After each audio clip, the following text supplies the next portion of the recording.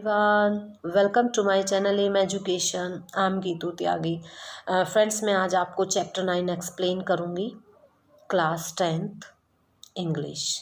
Chapter का name है भोली और इसे लिखा है के अब्बास ने। फ्रेंड्स, ये कहानी बहुत ही अच्छी है। जब आप इसे पढ़ेंगे तो आपको भी बहुत अच्छा फील होगा। तो चलिए हम अपनी समरी को स्टार्ट करते हैं। Ramlal was the numberdar of the village. He had 4 daughters and 3 sons। Ramlal गांव का जमींदार है। जमींदार हम उसे कैसे कहते हैं जिसके पास बहुत सारी ज़मीन होती है। रामलाल के 4 बेटियां थी और 3 बेटे थे। All his children were very healthy but his youngest daughter Sulekha was a backward child. Ramlal के सभी बच्चे बहुत हेल्दी थे, बहुत अच्छे थे, सामान्य थे, लेकिन रामलाल की जो सबसे छोटी बेटी थी जिसका नाम सुलेखा था वो बिल्कुल भी नॉर्मल बच्ची नहीं थी। वो एक पतली दुबली लड़की थी और वो बैकवर्ड कही जाती थी। When she was 10 months she fell from the cot and a part of her brain was damaged. जो सुलेखा थी, जब वो 10 महीने की थी तो वो चारपाई जो होती है, खाट, उससे गिर गई थी, उससे नीचे, जिस कारण कि उसके जो ब्रेन होता है उस पर चोट लग गई थी। इसीलिए वो एबनॉर्मल बच्ची थी, कोई सामान्य बच्ची नहीं थी। When she was 2 years old, she had an attack of small pox. जब वो 2 साल की हुई तो उसको स्मॉल पॉक्स निकल आई, जिससे कि उसके सारे फेस पर रेड रेड पिंपल्स, वो दाने हो गए।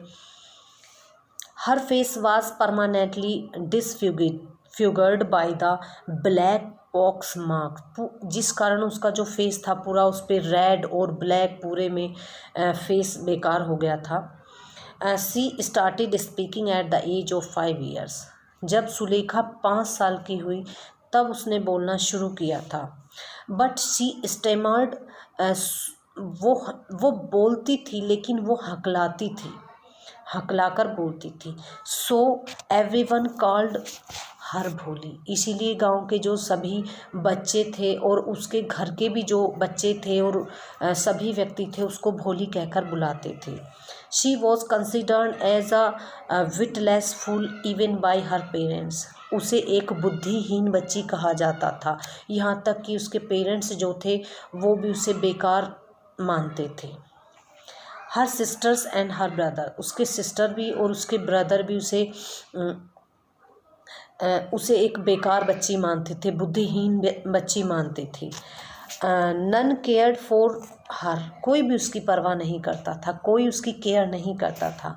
Ramlal's eldest daughter Radha had already been married. Ramlal की सबसे बड़ी बेटी थी राधा, जिसकी की शादी हो चुकी थी। The second daughter Mangala's marriage had been settled, और दूसरी जो बेटी थी मंगला, उसकी शादी सेटल हो गई थी, फिक्स हो गई थी। Ramlal was worried only about भोली। रामलाल बहुत चिंतित था अपनी बेटी के बारे में, जो कि सबसे छोटी थी, जिसका नाम भोली था, क्योंकि वो एक सामान्य बच्ची नहीं थी और उसका अपीयरेंस भी बिल्कुल अच्छा नहीं था, जिस कारण कि जो रामलाल था वो बहुत दुखी रहता था, बहुत चिंता में रहता था। A primary school for girls was open in the village.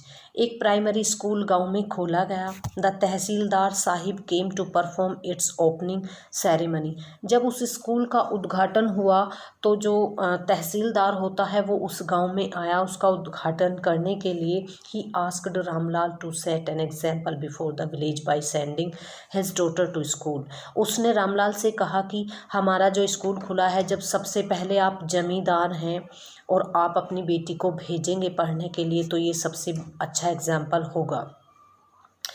Both Ramlal and his wife were not in favour of girls education. Ramlal और उसकी पत्नी लड़कियों को एजुकेशन देने के फेवर में बिल्कुल भी नहीं थे। वो नहीं चाहते थे कि उनकी कोई भी जो बच्ची है, जो उनकी बेटी है, वो पढ़े।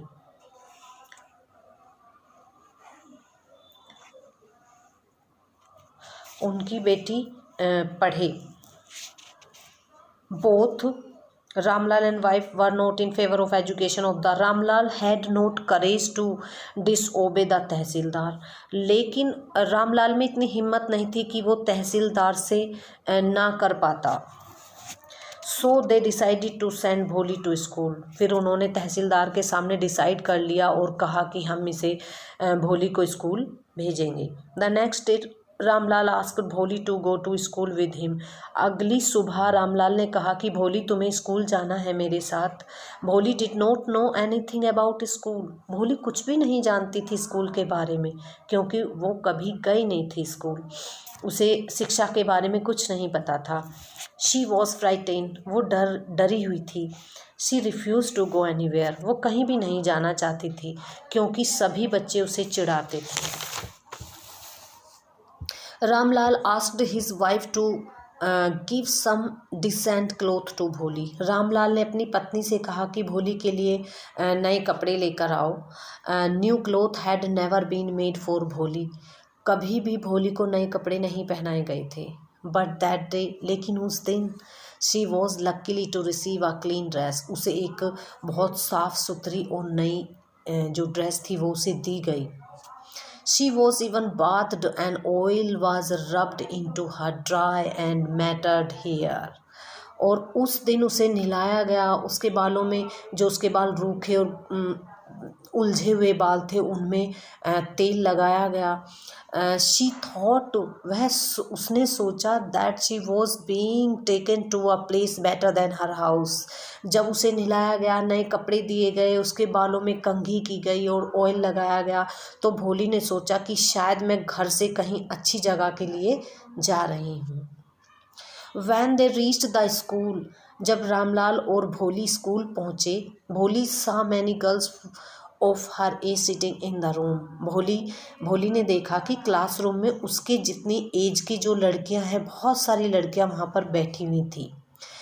The head mistress asked भोली to sit down in a corner in one of the classroom, भोली की जो मैम थी उन्होंने भोली को कहा कि क्लास के एक कोने में जाकर वो बैठ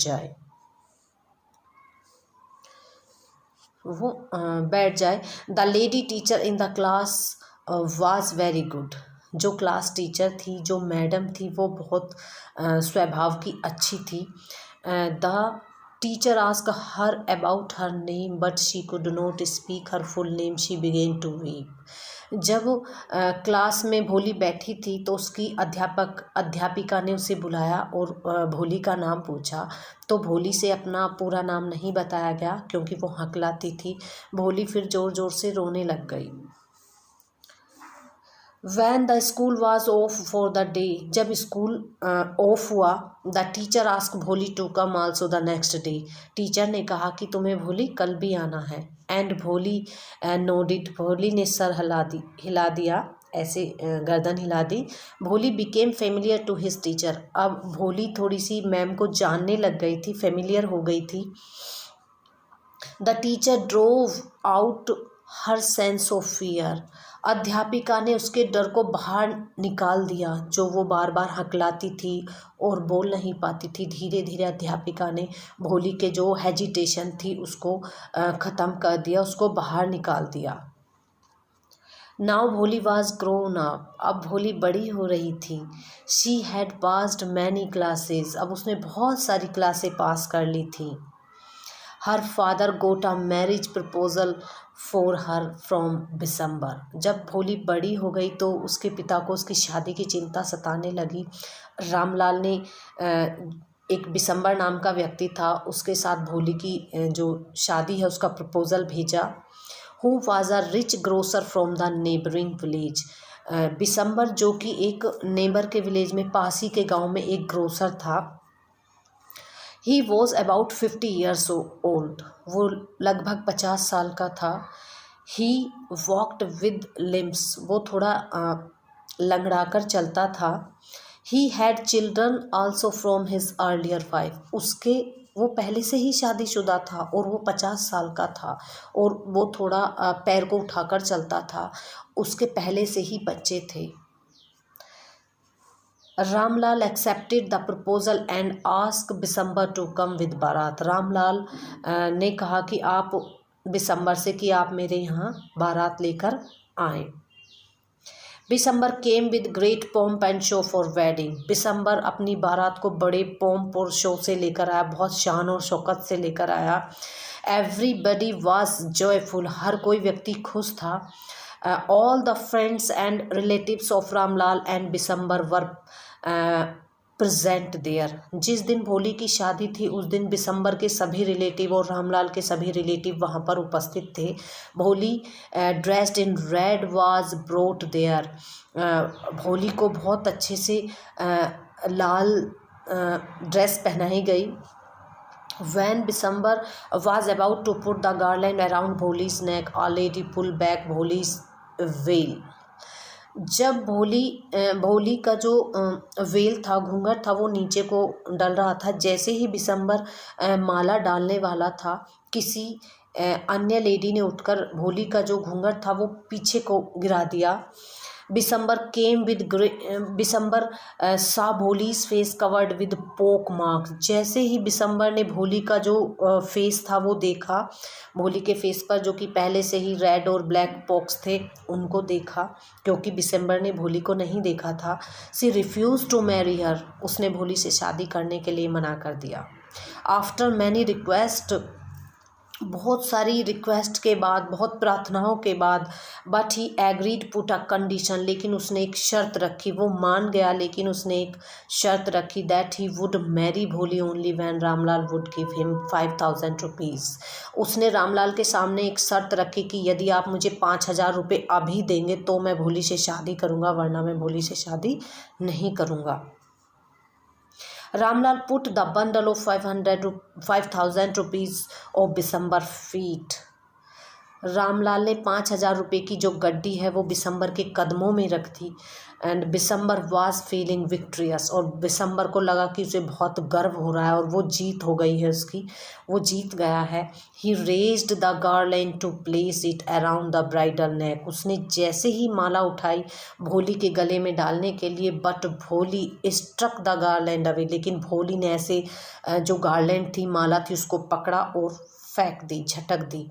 भोली सैड दैट, भोली ने कहा she would not marry such a mean greedy and coward person. भोली ने कहा कि मैं ऐसे व्यक्ति के साथ शादी बिल्कुल भी नहीं करूँगी जो इतना कायर है, इतना लालची है और इतना तुच्छ व्यक्ति है। मैं तुमसे शादी बिल्कुल भी नहीं करूँगी। द बारात was written empty handed without a bride. बारात बिना दुल्हन लिए ही खाली चली गई। Ramlal was full of grief and Shem. Ramlal शर्म के मारे अंदर घर में रहा और बहुत दुखी था, रो रहा था। Bholi consoled her father that she would serve them in their old age. Bholi ने अपने पिता को सांत्वना दी और कहा कि मैं तुम्हारी बुढ़ापे में मदद करूँगी, अपने माता पिता की सेवा करूँगी। एंड सी सैड, और उसने कहा that she would teach in the same school where she got the education. Bholi ने अपने पिता को समझाया और सांत्वना दी। भोली ने कहा कि पिताजी आप रोए ना, मैं आपके बुढ़ापे का सहारा बनूंगी और मैं उस स्कूल में ही अध्यापन करूंगी, उस स्कूल में पढ़ाऊंगी जिससे कि मैंने शिक्षा प्राप्त की है। फ्रेंड्स, यहीं पर हमारी समरी फिनिश हो जाती है। आपको मेरी ये वीडियो कैसी लगी आप मुझे कमेंट सेक्शन में ज़रूर बताएं और मेरी वीडियो को लाइक और शेयर करें। Thank you so much.